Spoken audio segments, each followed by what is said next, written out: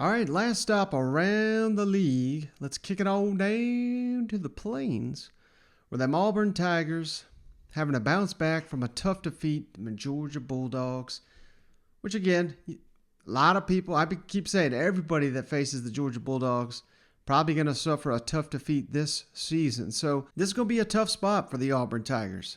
I mean, your secondary just got exposed a little bit by Stetson Bennett and Ladd McConkey. You're certainly going to be facing a more potent offensive attack with KJ Jefferson, Treylon Burks, and some of these other targets that the Arkansas Razorbacks have in Kendall Brow's system. Of course, you'll be getting Smoke Monday back. He was he's so instrumental in that Auburn defensive backfield. It's kind of hard to judge, how much success that Georgia was having was responsible, given the fact that Smoke got ejected needlessly from that Georgia game. But we kind of saw it, man, when Bo Nix kind of came back down to earth a little bit. I mean, he was not bad by any means, but he just wasn't getting that help. And, of course, he came out after the game and kind of fired some shots at the refs. But this is going to be a tall, tall task, I think, going into an Arkansas Razorback stadium. They're fired up from last season. This is one of the ones I think they had circled all season. To get to where they need to be, to get to a bowl game, to get to a solid bowl game, climb up these SEC West standings, they have to beat the Auburn Tigers. They're going to be motivated as hell to show that they should have won last season. Now they're going to try to send Auburn home packing. Like I said, this is a tough, tough spot, but where you got some hope, you got Tank Bigsby, you got Jarquez Hunter. I mean, he's running like a madman.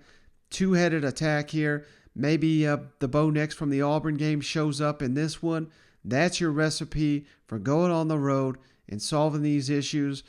Now, on the flip side, Georgia ran loose for 200 yards. Again, that's Georgia, but Arkansas is going to try to do the same damn thing. And they arguably have just as good of a rushing attack as them Bulldogs. So that is going to be a major, major challenge for these Auburn Tigers. And again, maybe starting to see some cracks in the secondary, because if Georgia's able to expose you with half their receiving core out and their starting quarterback out, what do you think KJ Jefferson and company is going to do to you? So this potentially could be a really rough setup here for the Auburn Tigers. But on the flip side, Arkansas has never been favored in an SEC game under Sam Pittman. So, hey, it's finally happening. How will the Razorbacks handle being the favorites in an SEC game? That remains to be seen, obviously, because it's not happened. So that is just something to figure into the game here. But let's kick it over to Brian Harsin. He shares his thoughts on the matchup, on Auburn defending the run, and what is going on in the secondary there on the Plains. Earlier this season, you wanted to be balanced, but that started with being a downhill run the ball team. Through two SEC games, you've got 91 passes to 58 runs. How do you get back to running the ball with teams seemingly loading the box and kind of daring you to throw? And is that the blueprint you expect Arkansas to take defensively against your offense on Saturday? Yeah, ideally, you want to run the football. One way to do that is stop losing early.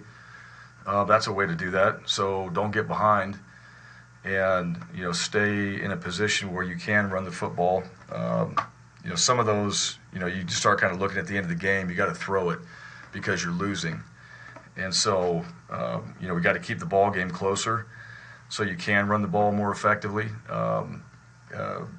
We say what we want to do. That's the identity that we're working towards is being a team that can run the ball, that can be physical.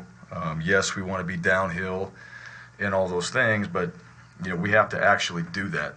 And we've got opportunities to do that. We're going to have to continue to keep working on it and getting better at it. It doesn't change who we want to be. It doesn't change the fact that that's a goal of ours. In the identity of what this offense should look like.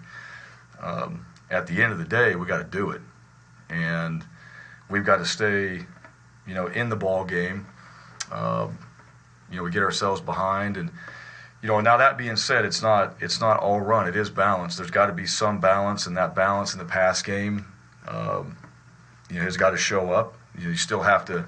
You don't want to just throw it to throw it for statistics, you want to throw it so you can complete passes and move the ball and get yourself in position where you can get some rhythm on the offensive side. And I think that's what throws do. They give you rhythm.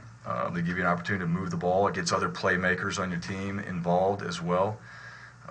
So you're trying to spread that ball around and give guys opportunities. But the identity of running the football, you still want to be a physical team that runs it, and that allows you to then be able to throw the ball. And we got to create plays on the perimeter as well. So at the end of the day, I think that's a little bit skewed when you look at the games that we're behind, especially in the Georgia game.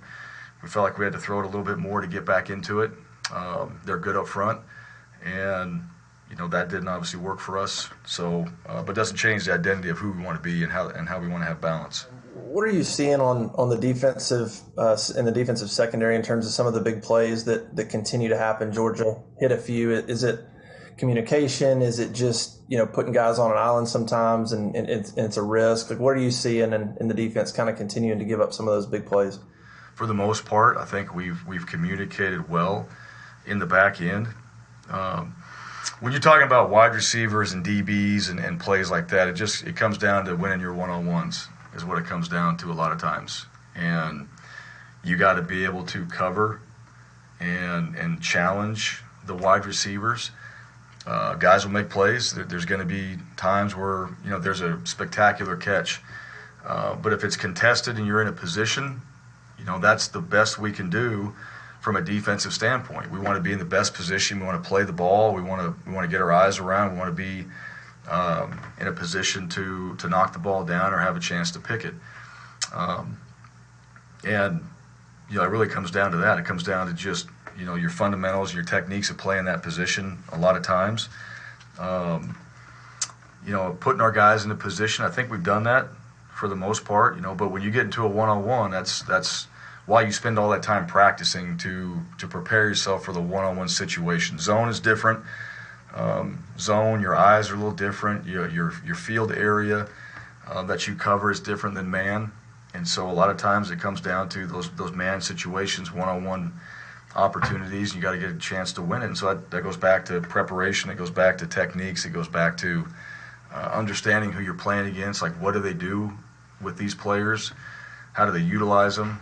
And just doing your homework, and then having yourself prepared in practice. So those are things, and that's probably not all of them, but those are some of the things that I've seen that we're going to continue to keep getting better at, and that we're going to focus on, and that we need to be ready for every single week when we go out there and play. That's kind of football 101, that you got to be ready for that every time, and put yourself in the best position to be successful on the play.